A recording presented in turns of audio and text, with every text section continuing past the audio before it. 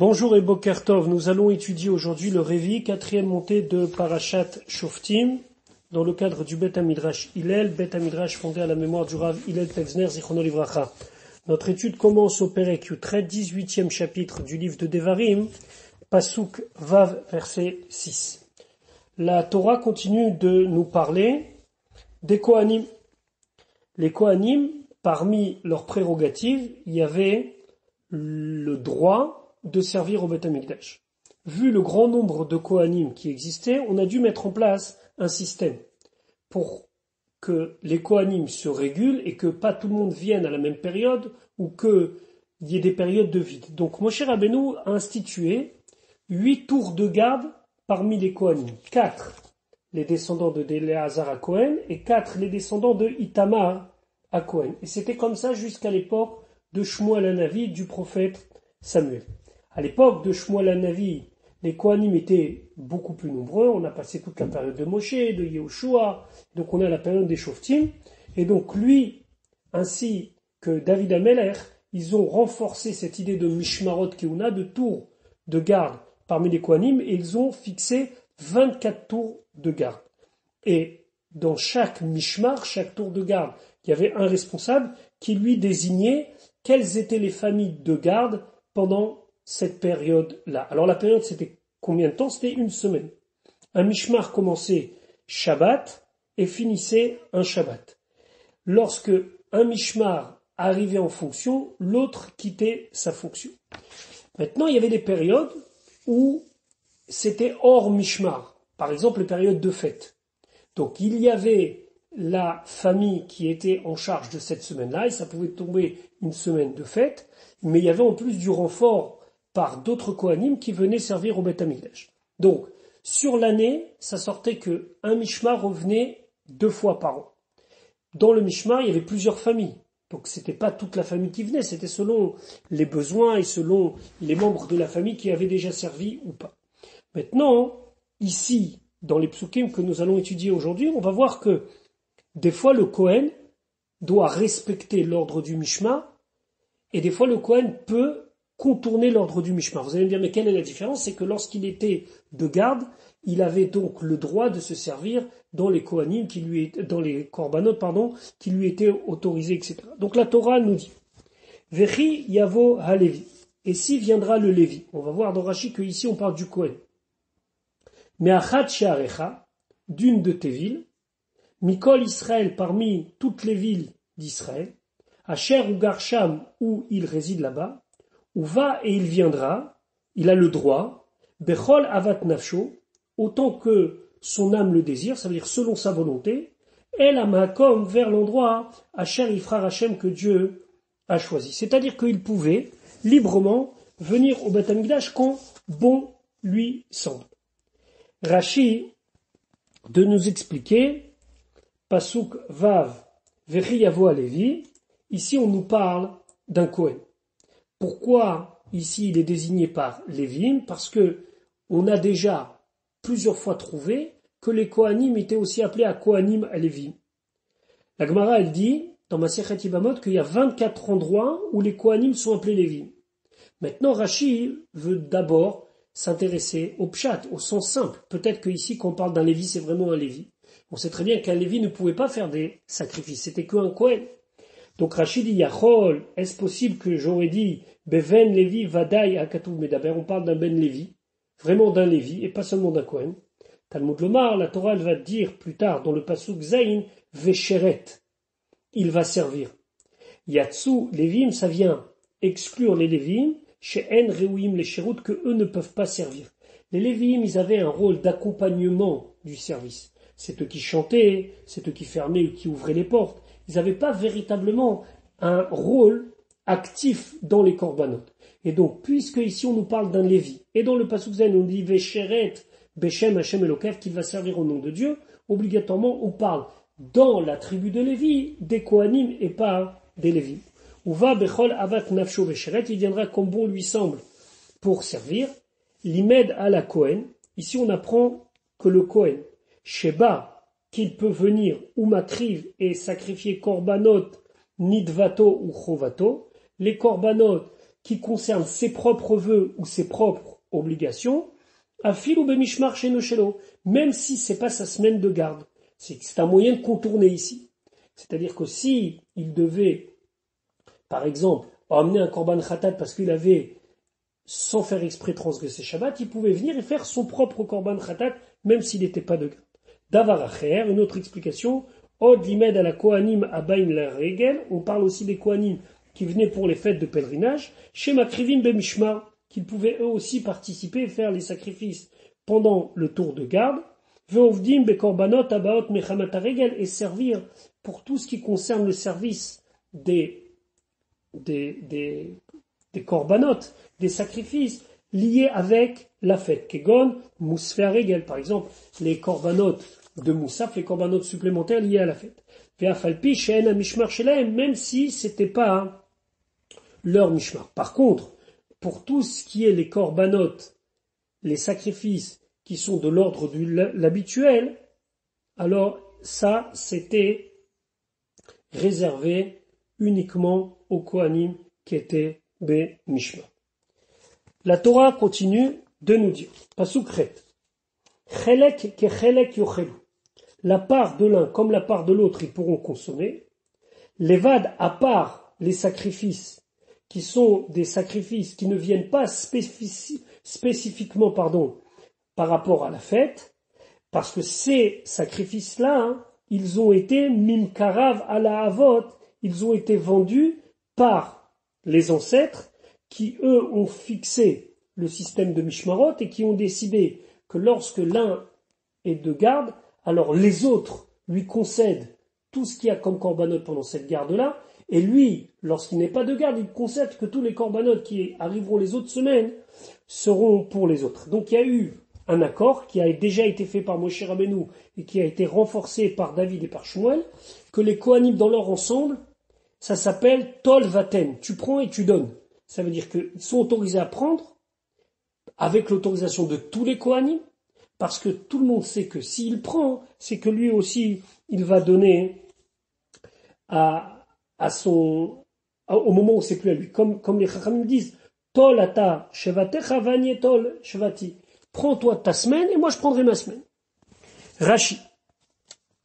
Chelek et chelek yochelu, mais la de là on apprend, shecholkim baorot, que quel que soit l'ordre et le mishmar ou pas, les kohanim qui participent au korbanot peuvent prendre la peau des bêtes. Ve basar seire chataot, et toute la viande qui venait des boucs qui venaient en korban chatat, en korban expiatoire. Maintenant, Rachid Yachol av bidvarim abaim shelo mechamat haregel. Est-ce que c'est possible de dire qu'il prenait aussi parmi les sacrifices qui n'étaient pas liés avec la fête, kegon par exemple tmidim ou mousfeh shabbat ou nedarim ou nedavot, par exemple le korban tamid qui est un korban perpétuel qui revenait tous les matins et tous les après-midi, ou bien les moussafim de Shabbat, ou bien tous les vœux qui étaient faits par des Israël et qui amenaient au Beth Amikdash, Talmud Lomar. Non, la Torah dit, ils peuvent prendre une certaine partie, leval mimukarav ala avot, chutz à part mimash et machou avot, ce qu'ils ont vendu entre guillemets, ce qu'ils ont négocié les ancêtres. Bimé David ou Shmuel, à l'époque de David et Shmuel, chez Nikbeu HaMishmarot, qu'on a fixé là-bas, les Mishmarot, même si ça avait déjà commencé à l'époque de Moshe Rabbeinu, ou Machouz et Lazé, et ils ont vendu l'un à l'autre, c'est-à-dire qu'ils ont été tous d'accord. Tol ata Shabbatecha, toi tu prends ta semaine, Va'ani et Tol Shabbati, et moi je vais prendre ma semaine. Donc après avoir parlé des shoftim, des juges, des shotrim, des policiers, du roi, du Melech et des Kohanim, la Torah maintenant s'adresse aux Bnei Israël et leur dit, attention, vous allez rentrer en Eretz Kenan, en Eretz Israël, ne vous avisez pas à faire comme les abominations des nations qui y habitent. Pasuk tet. Ki ataba el haaretz. Lorsque tu vas venir dans la terre, on s'apprête à y rentrer. Asher Hashem Elokecha noten lach, la terre que Hashem t'a donnée. L'otilmad, la asot n'apprend pas comment faire ketoavot agoim haem comme les abominations de ces goïms. Donc il faut surtout pas apprendre leur manière de vivre. Seulement Rashi nous dit, l'otilma de la sotte, t'as pas le droit d'apprendre pour accomplir, pour les imiter, pour faire comme eux. Avalata-lomed, mais tu peux apprendre les havin ou les harot pour comprendre et enseigner. Klomar, c'est-à-dire les havin maasem kamaen mekul kalim, de comprendre combien leurs actions sont mauvaises, ou les harot, les vanecha, et d'enseigner à tes enfants. Lota sekar vekar, ne fais pas comme ça et comme ça. Hein. Chez eux, chok agoim, car ça, c'est la manière d'agir des goïm, des nations. Donc, l'interdiction, c'est d'apprendre pour faire, mais d'apprendre pour rejeter, d'apprendre pour dire que c'est pas comme ça qu'on fait, il n'y a aucune interdiction. Pasuk Yud.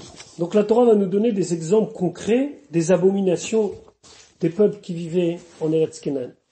Lo imatsebecha ne se trouvera pas parmi toi, ma'avir, quelqu'un qui fera passer Beno ou Vito, son fils ou sa fille, Ba'esh dans le feu, ou bien Kosem Kesamim, celui qui fera de la sorcellerie, de l'art divinatoire, Me'onen, c'est quelqu'un qui va chercher à connaître l'avenir, ou Mechachef et un sorcier. Alors,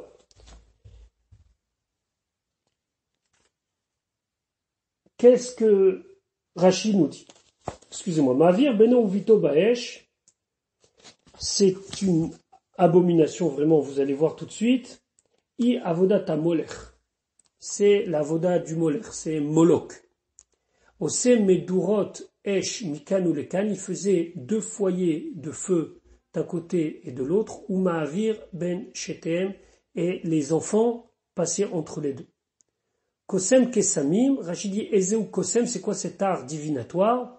Aouchez et maklo, c'est celui qui prend son bâton et il regarde et il dit Veomer, im elech, est-ce que je vais à tel ou tel endroit? Im lo elech, ou je vais pas à tel ou tel endroit? Fechen ou Omer, et ainsi, il dit dans le livre de Hoshea, Ami be'etzo, Ish'al ou maklo yagidlo. Mon peuple demande conseil à son bois et son bâton lui dira. Me'onen, alors, nos chachamim discutent sur quel est le Me'onen. Rabbi Akiva Omer, Rabbi Akiva dit Elou notne onot. Ce sont ceux qui fixent des temps. Chez Omrim, qui disent on a plonit yafal et atril. Cette période est bon pour commencer, par exemple, du commerce. Celle-là n'est pas bonne, une espèce d'astrologie. Vachachamim Omrim, nos chachamim disent Elou ochaze einaim. Non, c'est ceux qui font attraper les yeux. Alors qu'est-ce que ça veut dire exactement attraper les yeux? Ça ressemble un petit peu à ce que l'on peut voir des fois dans des tours de magie. C'est quelqu'un qui fait des illusions. Il fait croire aux gens qu'il sait et qu'il connaît. Menachesh, alors Menachesh, c'est quelqu'un qui veut savoir, qui veut deviner ce qui va se passer par des signes qui arrivent maintenant. Pito, Naflan, Mipiv, si par exemple son pain lui est tombé de la bouche au moment où il le mangeait, ou bien Utsvi, Ipsik Baderer, ou bien son chemin a été bloqué par un cerf, alors, autre exemple, Maklo, Nafal, Beyado, son bâton est tombé de sa main, alors à chaque fois, c'est un mauvais signe pour lui. Il dit ça, c'est si mon pain est tombé de ma bouche, alors ça veut dire qu'il va m'arriver une mauvaise journée. Si ma route a été bloquée, ça veut dire qu'il va m'arriver quelque chose de mal. C'est par un acte qui est arrivé, il veut prédire ce qui va se passer. Est-ce que c'est bien ou pas bien? Maintenant, la Torah continue de nous parler. Pasuk Yudalef Vechover Chaver. Alors, Vechover Chaver, c'est celui qui va mettre plein d'animaux dangereux, comme des serpents ou bien des scorpions, dans un endroit. Veshoel Ov, celui qui va demander à la Avodazara qu'on appelle Pitom ou bien Ov, c'est quelqu'un qui invoquait des esprits. Veidroni, c'est quelqu'un qui consultait les oracles, comment ils mettaient un os que l'on appelle Yadoua, ou bien c'est un os bien connu, et ils se mettaient à parler par sorcellerie. Vedoresh Elametim, et c'est quelqu'un qui cherche à savoir l'avenir. en interrogeant les morts. Vechover chaver. Alors chaver, ça veut dire un groupe. Chaverim. Shemetzaref nechashim ou akravim. Il réunit plein de serpents et de scorpions. Osha chayot, ou bien des bêtes sauvages. Les makom echad, dans un endroit. Et c'était une manière d'avoir une sorcellerie, une divination. Veshuel ov, ze mechashefut sheshmo pitom. C'est une sorcellerie qu'on appelle pitom. Ou medaber mishichio. Il parlait à partir de son aisselle, ou ma'ale et tamed bevet ashechelo, il faisait monter le mort qui intervenait à travers son aisselle. Vidoni, machnis etsem chaya, il mettait un os d'une bête sauvage chez Shema Yadoua, que son nom c'est Yadoua, ou bien son nom était connu, les torpilles, donc il mettait cet os-là dans la bouche, ou medaber à etsem al yede mechashafut, et l'homme réussissait à parler à travers cet os.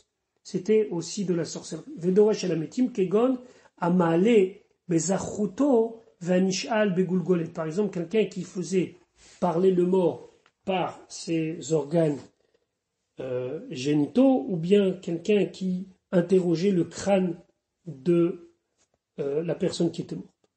Donc c'était vraiment des choses qui sont abominables. C'est la raison pour laquelle la Torah nous dit au pasuk Yudbet qui to'avat Hashem, car c'est une abomination pour Dieu. Kol ose ele. Tout celui qui fait cela, ou viglal, et à cause à toevot aïl et de ses abominations, Hashem elokecha, Hashem, ton Dieu, morish otam, les chasse, mipanecha, de devant toi. C'est ça qui a causé leur perte. Kol osele, Rachid expliquait, ose kol ele l'onemar. C'est pas marqué celui qui fait tout cela. Et là, kol osele. Tout ce qui fait cela, à filo achat même. Donc c'est pas obligé de faire toute la série, même si on en fait une parmi toutes ces actions interdites, ça suffit pour être considéré comme quelqu'un qui fait Toavot. Et quand on dit Toavot Aïlé, on n'est pas obligé de faire toute la liste pour être dans cette interdiction. Pasuk Yudibel, Tamim Tiye im Hashem Elokecha, tu dois être intègre, un cœur simple, et tu dois suivre Hashem, ton Dieu. Rashi Tamim Tiye im Hashem Elokecha, italech imo betmimut. Tu dois avancer avec lui, avec sincérité. Ou tetzapelo, et regarde vers lui, ça veut dire, aie confiance en lui. Velo tachakor achara atidot, et ne cherche pas à connaître le futur. Et la kol mashiyavu alecha, tout ce qui t'arrive, kabel bitmimut, accepte-le avec sincérité, avec un cœur entier. Ve'az tiyehimo, et là tu seras avec lui, ou lechelko, et tu feras partie de son héritage. Ça veut dire que là vraiment, on sera dans la voie d'Akadosh Baruch Hu. Le Rambam fixe dans la halacha, Kol ha'ma'amin bedvarim ha'elu, tout celui qui croit en ces choses-là et qui pense que ces choses-là ont une importance, eno ela min hasikhlim u'mechasere adat, il est parmi les gens imbéciles qui manquent de discernement, et donc aval ba'alei hachokma u'tmimei adat yadu, mais ceux qui ont la sagesse et qui ont la sincérité, ils savent que tout ce que la Torah interdit, ce sont des futilités, enam divrei chokhma, tohu vahevel, ce sont vraiment des choses qui n'ont aucun sens, et donc, ils ne tiennent que d'une seule chose, et qui les fait avancer, tamim tiye im Hashem Elokecha, d'être intègre et de suivre Akadosh Baruch Hu dans tout ce qu'il nous fait.